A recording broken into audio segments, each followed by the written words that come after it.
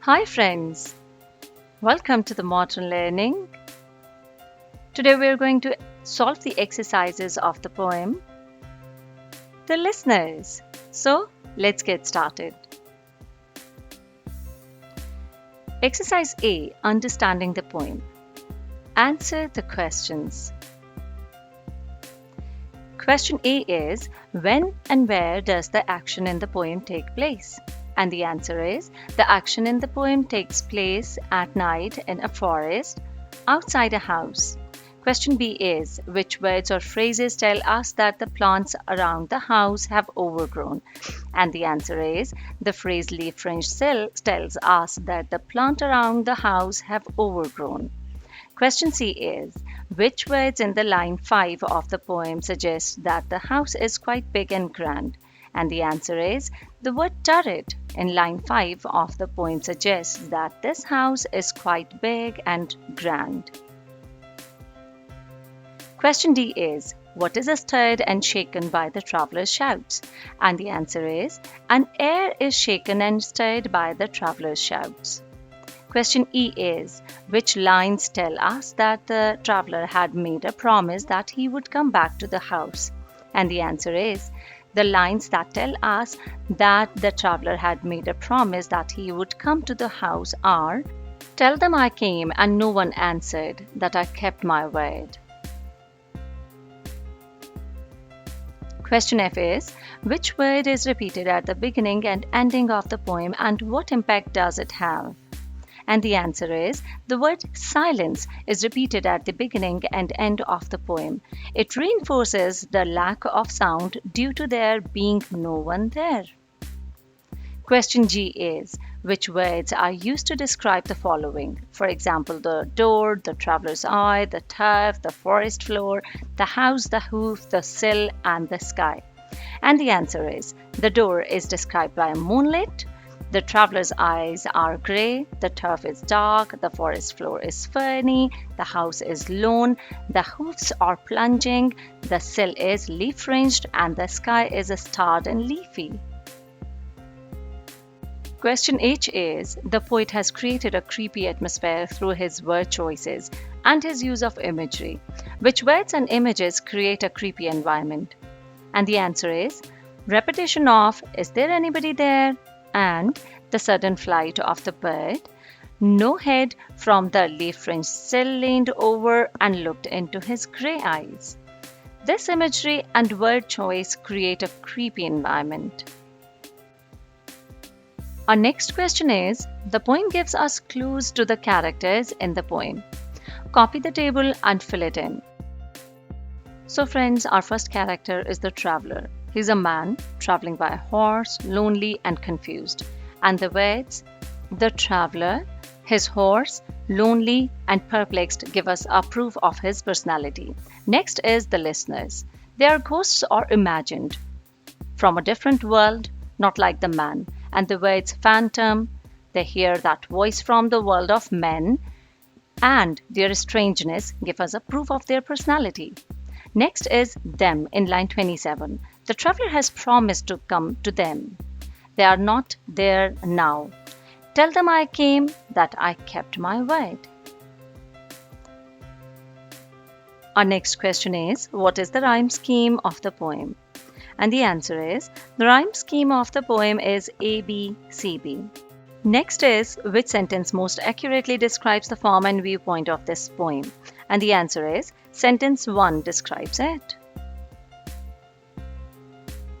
Next question is, answer the following with reference to context.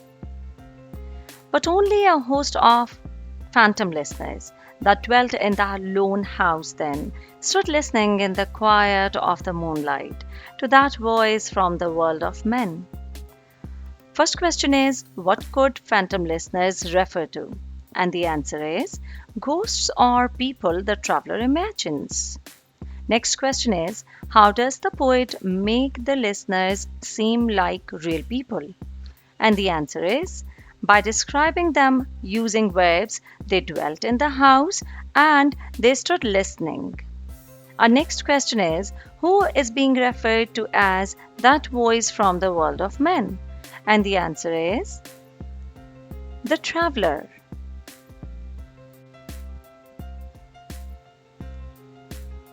So friends, our next exercise is exercise B, working with words.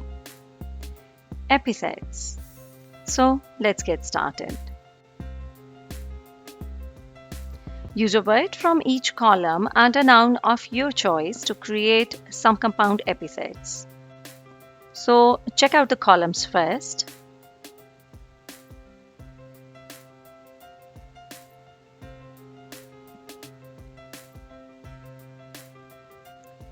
Let's start from here.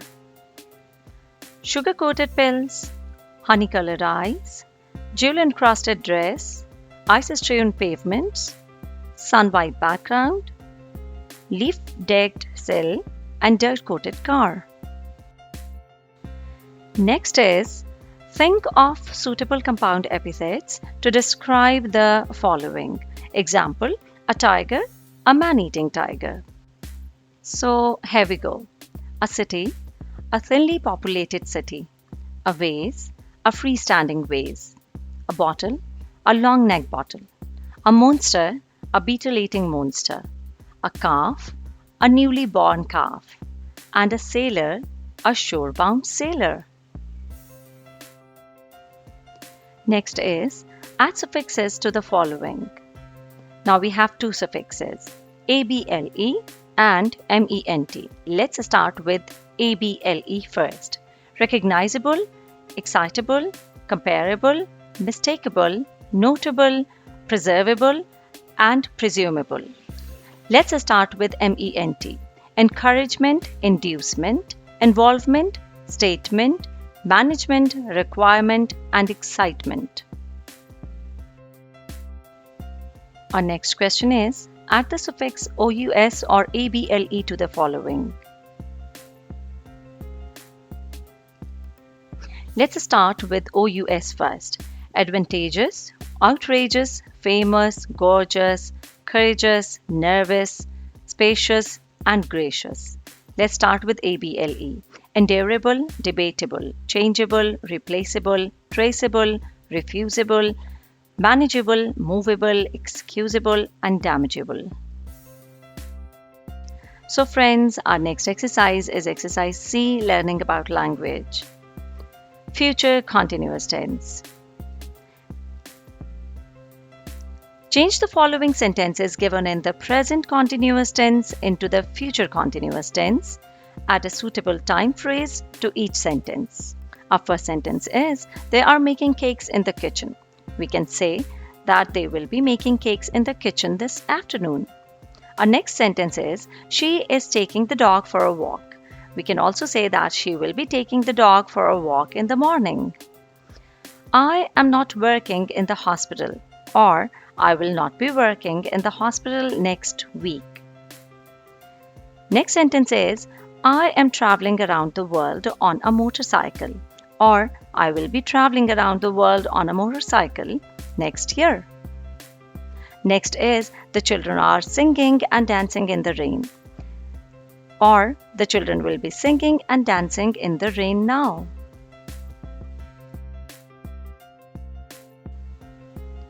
So friends, here we are with our last exercise, which is composition writing. Choose a mysterious setting or use the one in the poem and write an atmospheric description of it. Describe the place in detail and choose your words carefully to make your reader feel spooked. So let's get started. But before moving on, if you want to learn how to write a composition, just click the link below in the description and watch my video on the topic. Let's start with our today's composition. It was a chilly and pitch dark night when my parents and I were returning home from a trip. We had a great and tiring day. I was drowsy that suddenly the car stopped. My dad told me that the engine got overheat and he had to stop the car. The place where my dad stopped the car was quite spooky. When my dad opened the car's door, a gust of wind caught me. I could see the starred sky and the nearby shadowy objects through the window. The howling wolves were spine-tingling. It was ghastly all around, but I had a sense of relief when my dad started the car and we just moved on. I would never forget that super spooky night. So, friends, the words like pitch dark, spooky, shadowy, howling, ghastly, super spooky, and spine tingling are all spooky words. So, friends, if you like the video, just give a thumbs up. And don't forget to subscribe. See ya!